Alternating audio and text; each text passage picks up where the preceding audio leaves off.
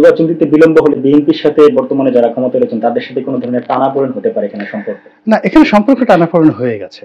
টানাপোড়েন হয়ে গেছে। আর সরকার যদি এখন নির্বাচন দেয়ও, ধরেন কালকে সরকার নির্বাচন দিয়ে দিল, সবচেয়ে বেশি বিপদে পড়বে বিএনপি এবং জামাত। মানে যারা এখন নির্বাচনের জন্য লাফাচ্ছে তারাই সবচেয়ে বেশি বিপদে পড়বে। এর কারণ হলো যে এখন একটা রাষ্ট্র চালানোর জন্য যে ধরনের ফাইন্যান্সিয়াল স্ট্যাবিলিটি দরকার, যে ধরনের অ্যাডমিনিস্ট্রেটিভ স্ট্যাবিলিটি দরকার, এর একটাও নেই।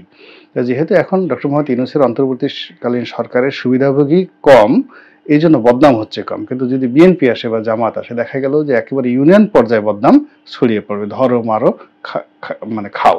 ফলে কি হচ্ছে, উইদিন 3 মাসের মধ্যে ম্যাসাকার হয়ে যাবে সবকিছু।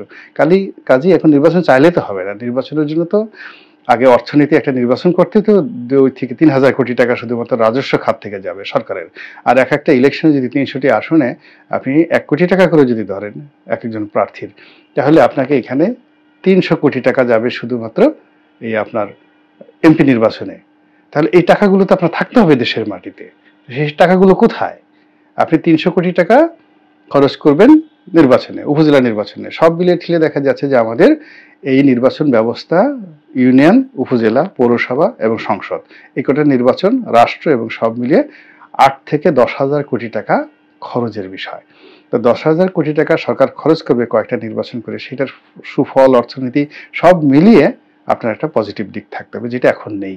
এই সরকারের স্ট্যাবিলিটি নির্ভর করবে অর্থনৈতিক সমৃদ্ধির উপরে, আর নিরপেক্ষ নির্বাচন নির্ভর করবে আইন শৃঙ্খলার, যাকে বলা হয়, উন্নতির উপরে। অর্থনীতি এবং আইন শৃঙ্খলা এই দুটো একদম পারফেকশনে যখন না আসবে, ততক্ষণ পর্যন্ত একটা ফ্রি ফেয়ার ইলেকশন, যেখানে আওয়ামী লীগ আসতে পারে, ইভেন জামাত আসতে পারে, বা সমন্বয়করা এসে সেখানে এমপি হয়ে আসবে, এটা যদি আপনি সিল পিটিয়ে না বানিয়ে দেন, তাহলে এই বর্তমান যে পরিস্থিতি, এটা একটা কল্পনা, এটা বাস্তব সম্ভব নয় আর কি।